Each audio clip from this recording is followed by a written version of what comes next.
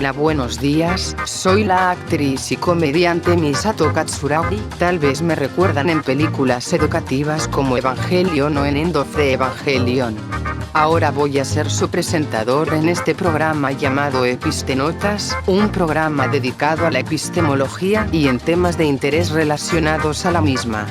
En nuestro programa de hoy hablaremos de la epistemología genética, un tema interesante para nuestros televidentes. Para esto nos hablarán nuestros eruditos en el tema, Yakelin como Karim Uzumaki y José Abraham como Alucard Tepes. Voy contigo, Karim Uzumaki.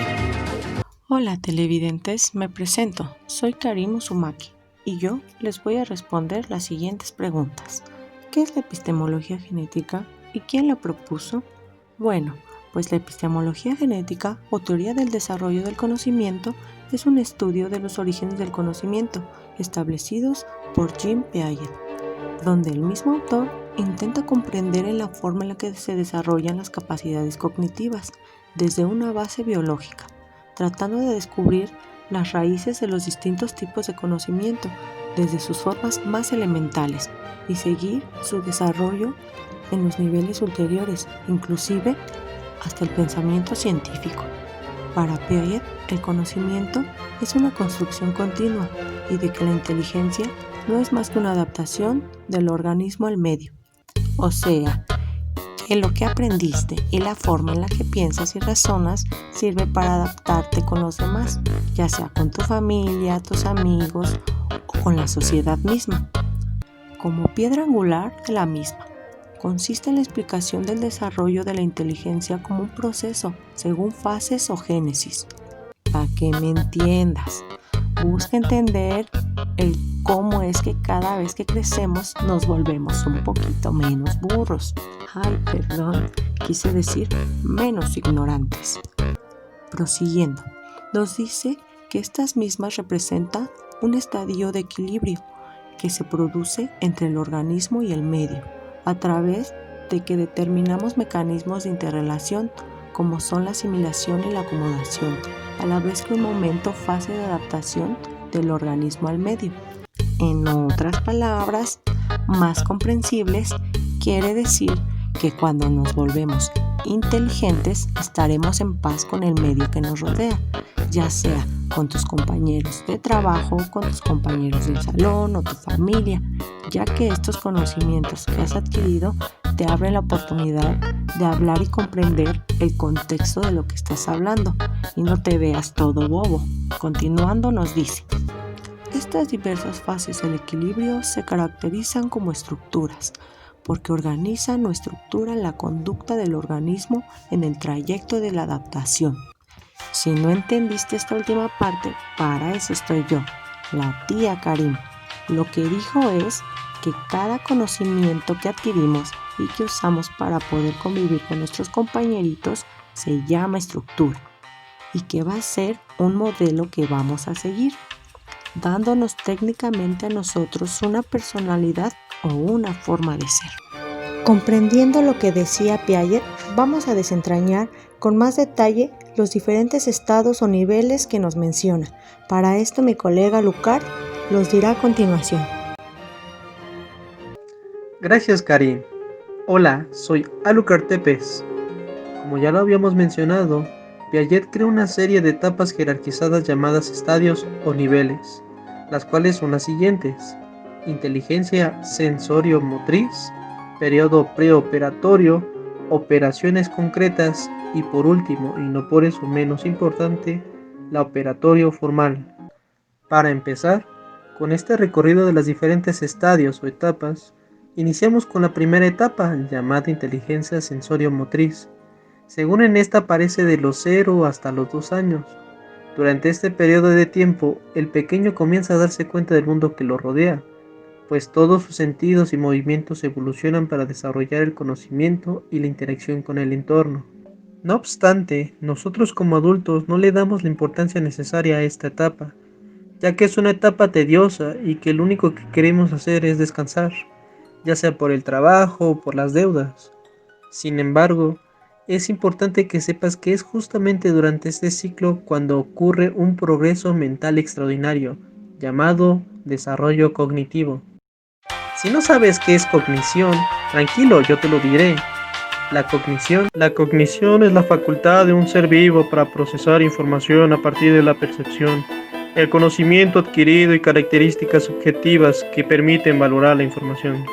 Si sigues sin entender la cognición, es la habilidad que tenemos para entender lo que aprendimos y cómo lo asimilamos, ya sea por la experiencia o por ir a la escuela. Siguiendo con el tema, hay que responder la siguiente pregunta. ¿Cómo se desarrolla? Según Piaget, el niño todavía no se percibe como un individuo dentro de un grupo, sino solamente a sí mismo. Es por eso que el pequeño comienza a experimentar con las llamadas acciones circulares, donde el bebé está centrado en su propio cuerpo. Entre sus primeras acciones es la de succionar, y la vemos cuando está con el pecho de la madre. Sin embargo, este mismo evoluciona en chupar objetos o meter cosas en la boca, y experimentar a su vez sabores que le podrían gustar o no. Posteriormente, el bebé gatea y siente con su piel diversas texturas, dándonos como resultado experiencias gracias a sus 5 sentidos. Como tal, los sentidos, los movimientos y las emociones son las grandes protagonistas en esta etapa.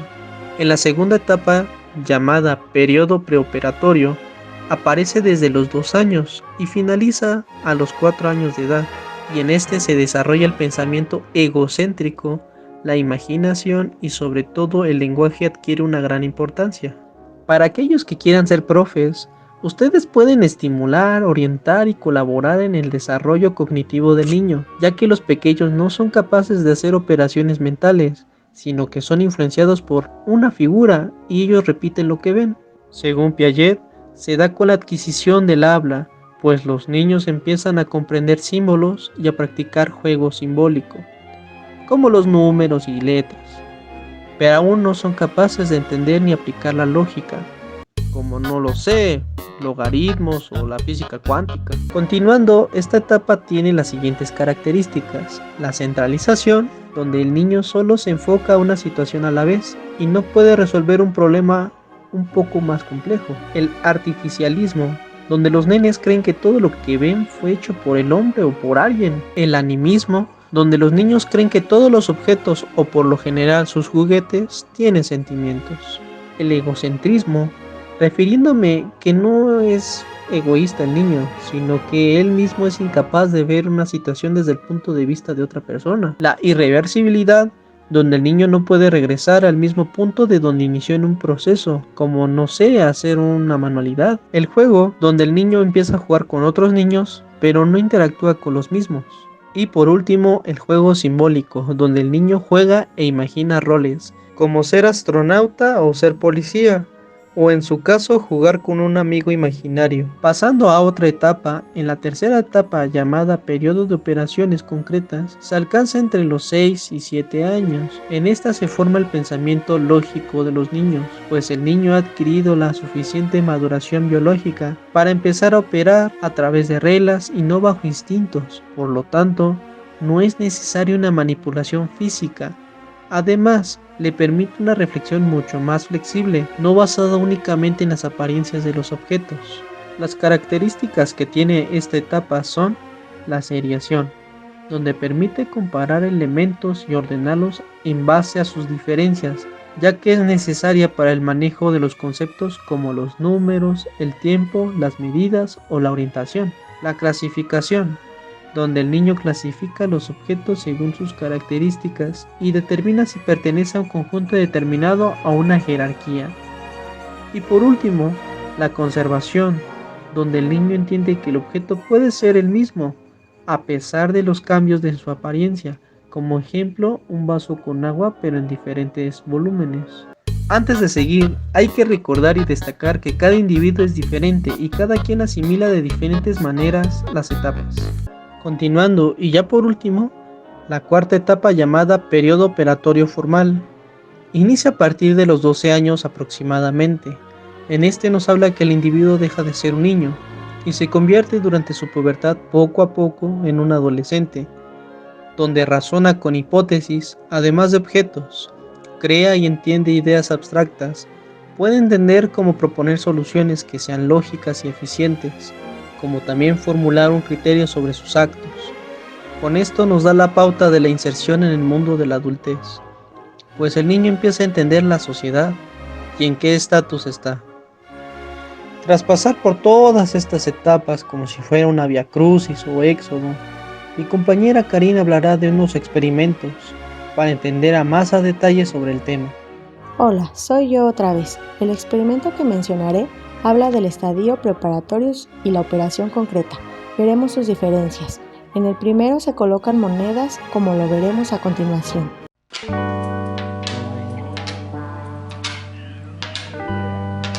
Ok, Ron. ¿Cuál fila tiene más monedas? ¿Esta o son iguales? Son iguales. Son iguales. ¿Por qué son iguales? Porque llevan 1, 2, 3, 4, 5. 1, 2, 3, 4, 5. Ok. Ahora mira. ¿Cuál fila tiene más monedas? ¿Esta o esta? Esta. ¿Esta? Porque se separan. ¿Cuál fila dijiste que tenía más monedas? Esta. Esta. 1, 2, 3, 4, 5. ¿Y cuántas monedas tiene esta? 1, 2, 3, 4, 5. Entonces, ¿son iguales? Sí. Sebastián, hoy vamos a hacer un jueguito, ¿sí? Mejor dicho, no es uno, sino varios jueguitos. Primero va a ser con unas monedas. Entonces, te vamos a mostrar las monedas. Necesito que nos organices 2 grupos de monedas y que los 2 grupos tengan las mismas monedas, ¿sí? Que si en un grupo tienes 10, en el otro tengas 10. O si en uno tienes 5, en el otro tengas 5. ¿Listo?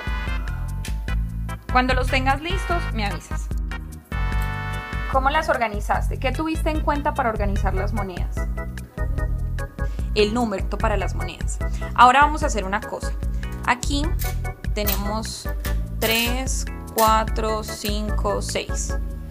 Y que no nos importe el número. 1, 2, 3, 4, 5 y 6. Y vamos a apartar estas. Entonces, ¿cuántas hay aquí? 6. ¿Y cuántas hay aquí? Ay, no. Quitemos esta, ya, 6, listo. Entonces, en estos 2 montones, ¿hay la misma cantidad de monedas? Sí. Listo. Aunque yo las acomode así y estas las deje así, la misma cantidad. ¿Sí? ¿Crees que en las 2 hay las mismas monedas o crees que en un montoncito hay más? En las 2 hay las mismas. Y si yo entonces hago esto y aquí lo dejo así, ¿en dónde hay más monedas? En las 2 hay las mismas. Si yo en cambio, a ver, ¿qué más podemos hacer con esto? Pongo estas acá. Bueno. Pongo estas acá. Si pasamos 2 monedas para allá y estas las dejamos así, ¿en dónde hay más monedas? ¿Por qué? Muy bien. Y si yo las pongo así y estas las pongo también así, ¿dónde hay más monedas? También. ¿Por qué? Y si yo tomo 2 y las paso acá, ¿dónde hay más monedas?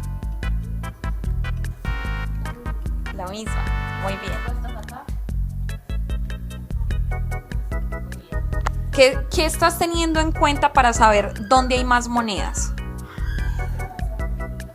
¿Qué pasa? Pero si yo no te mostrara cuántas hay al principio, ¿qué harías para saber dónde hay más? Contar.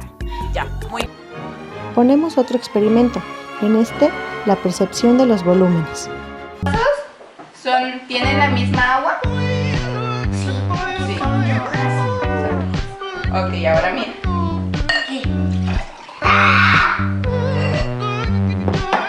¿Cuál vaso tiene más agua? ¿Por qué? Porque tiene así. Porque llega hasta aquí. Porque llega hasta aquí. Porque es roja.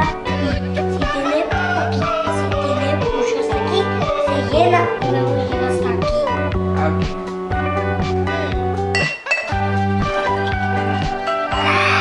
¿Y ahora? ¿Cuál tiene más agua? Porque ya llegó hasta aquí. Entonces, ¿este tiene más agua? ¿Sí? ¿Estás seguro? ¿Estás seguro? Mira, fíjate bien en los vasos. ¿Cuál tiene más agua? ¿O son iguales? Son iguales. Hola Sebas, vamos a hacer un juego con el agua. Entonces, mira, tenemos 4 vasos, 2 del mismo tamaño y 2 del mismo tamaño. Estos son como en forma de bolita y estos son pues un poquito más altos. ¿En estos dos crees que hay la misma cantidad de agua? Sí. ¿Ya lo miraste bien que sí hubiese la misma cantidad? Sí, listo. Entonces, estos dos son iguales, tienen igual cantidad de agua. Ok, estamos de acuerdo en eso. ¿Y qué pasa si yo tomo este vaso y lo vierto en este vasito redondo? Si yo lo pongo aquí al lado del otro, ¿dónde hay más cantidad de agua? ¿En este o en este? ¿Por qué la misma? Está en lo mismo de agua. Lo mismo con respecto a qué. No he quitado agua. Ya. O sea que si yo hiciera esto,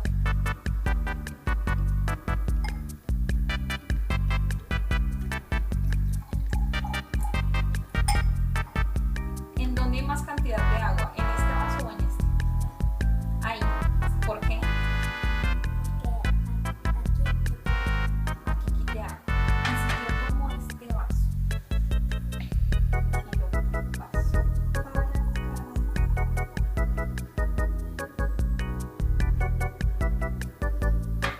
de acá pasamos a dónde?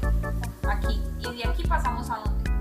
Listo. Entonces podrías decirme con certeza en dónde hay más agua, en este o en este.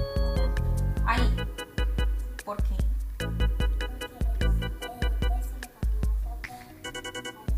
Ah, o sea, cuando nosotros medimos este vaso con este tiene más agua. O sea que tiene menos agua este, que fue el que le pasó. Bueno, Sebas, esta es la última pregunta que te vamos a hacer. Yo vertí agua en este y en este de manera que la rayita fuera la misma en los dos, ¿sí? Pero entonces hay una pregunta. ¿Ves que la raya es la misma? Pues que está al mismo nivel. Sí. Sin embargo, ¿eso nos da a entender que hay la misma cantidad de agua en los dos vasos? ¿Por qué?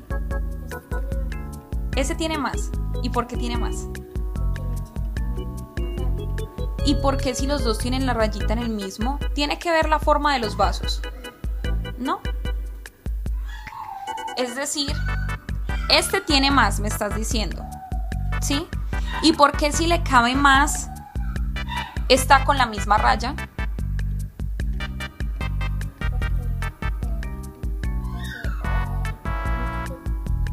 Es muy chiquito, pero si está chiquito, entonces no le cabería tanta. ¿Es gordo? Ah, ya. ¿Y cuál es la diferencia? Este es gordo y este es ¿qué? Flaco y alto. Ajá. Muy bien, Sebas.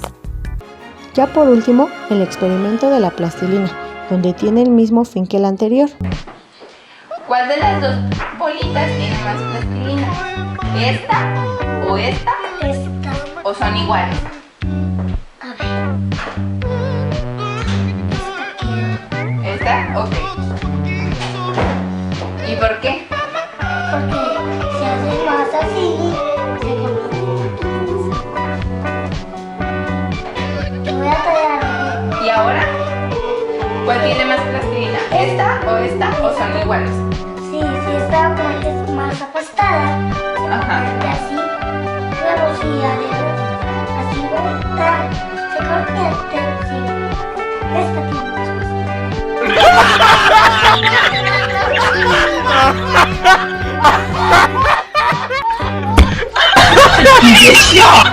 Machata. ¿Me puedes decir en cuál rayita de estas hay más cantidad de plastilina? La misma. Bueno, y si yo hago esto y la pongo acá, ¿en cuál más hay? La misma. Y si yo hago esto y lo dejo bonito, así, y esta así, ¿en cuál hay más cantidad? Es lo mismo. ¿Por qué es lo mismo?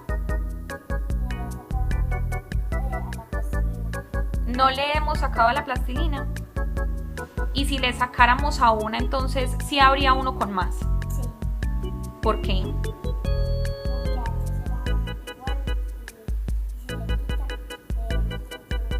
Ah, ya.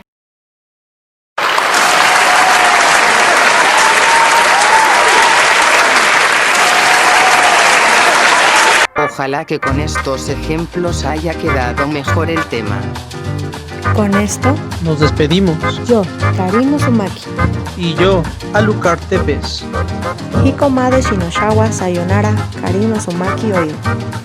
Anata no Tomadashi wa Sayonara Inas Arukado. Muchas gracias por ver nuestro programa Epistenotas. Se despide su servidora, Misato. Chao.